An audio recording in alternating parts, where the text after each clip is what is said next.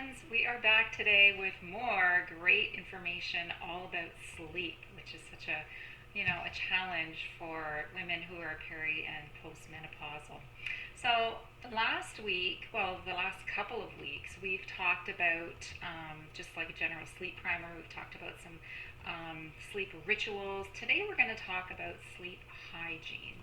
So what have you learned so far? You've learned a really great breathing technique, that 478 breathing technique. If you go back to the primer video, we talked about the key ingredients of bedtime rituals. Today we'll kind of distinguish between the rituals and the habits and the hygiene. We all know if we're staying up late, we're watching TV, we're scrolling through social media, like we're getting this blue light into our eyes at the time of day when we really don't want it in there. It's messing up our circadian rhythms. We've talked about all of this stuff. So today, let's talk about another thing that we can do, and that is looking at our sleep hygiene.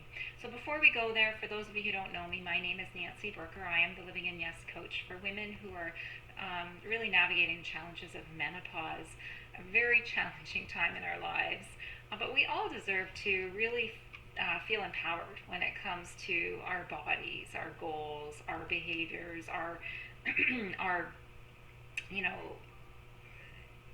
things that are going on in our lives, our health, and to just love who we're becoming. So I help you tap into your inner strengths, to really let go of self-judgment so that you can trust yourself and you can really start to navigate menopause with confidence and grace and feel excited and joyful about this unique journey of possibilities that is all yours.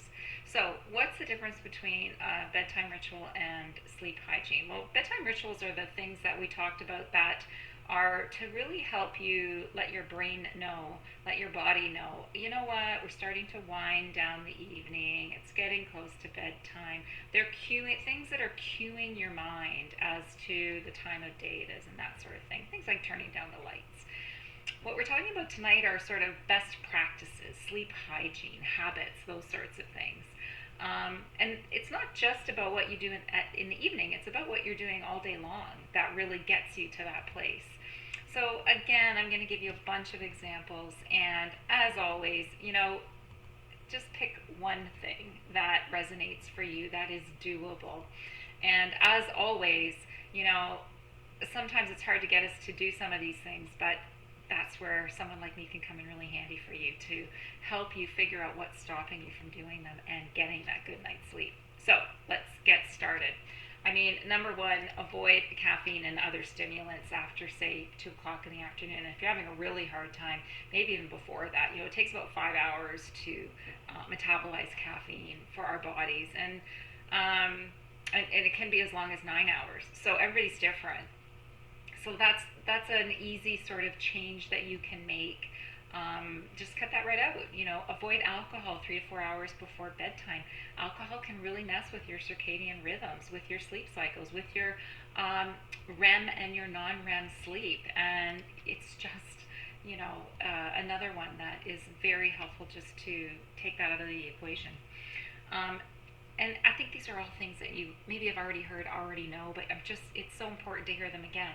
That use of electronic devices, turning them off like an hour before bed, like read a book, have a bath, do some meditation, do something else. And if you're going to be on that device, maybe use, some of the phones have blue light settings where you can turn off the blue light. It has like a filter. We can turn that off.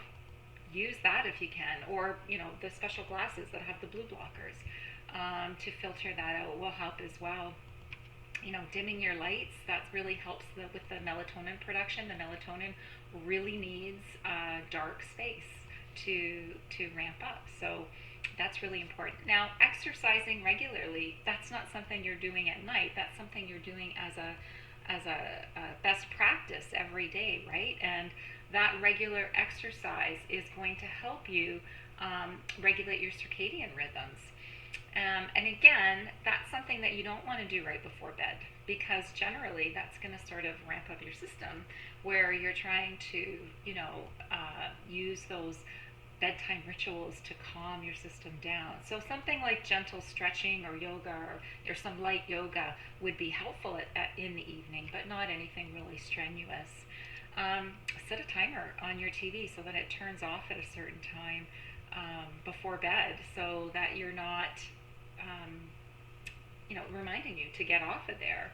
Or if you happen to fall asleep in front of it, at least it will turn off, right? And it won't be, that light won't be shining on you all night. Try, again, this is in the morning, to get 5 to 10 minutes of natural light first thing in the morning, like outdoor light if you can. That's really going to help set your circadian rhythm. Very important.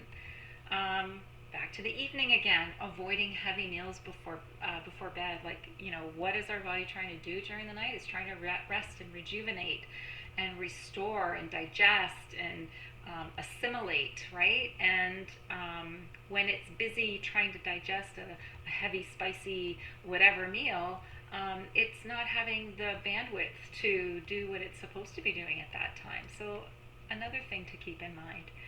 And, the last sort of little tip would be just to kind of limit naps during the day.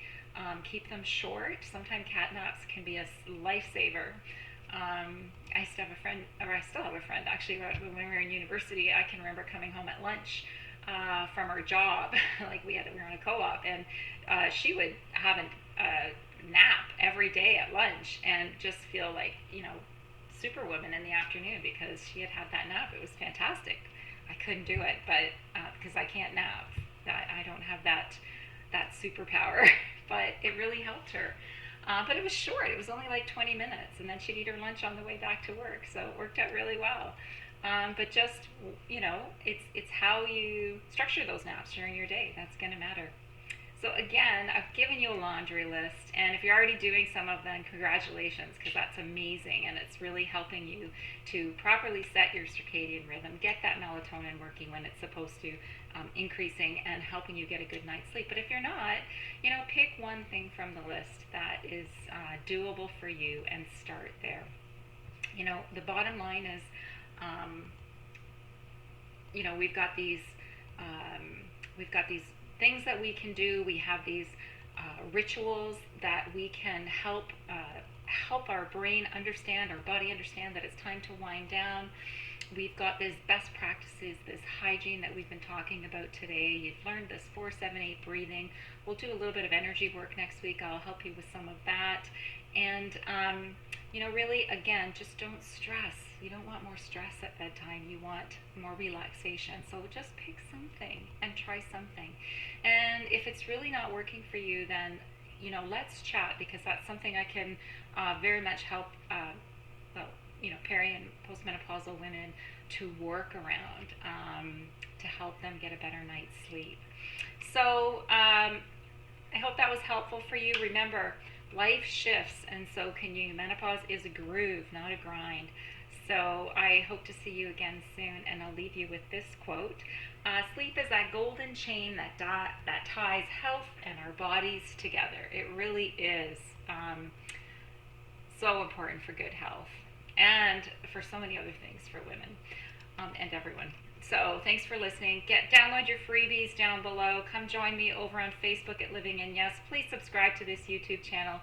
I would love to see you again soon. And if you have any questions, please message me. I'd love to hear from you. Bye for now.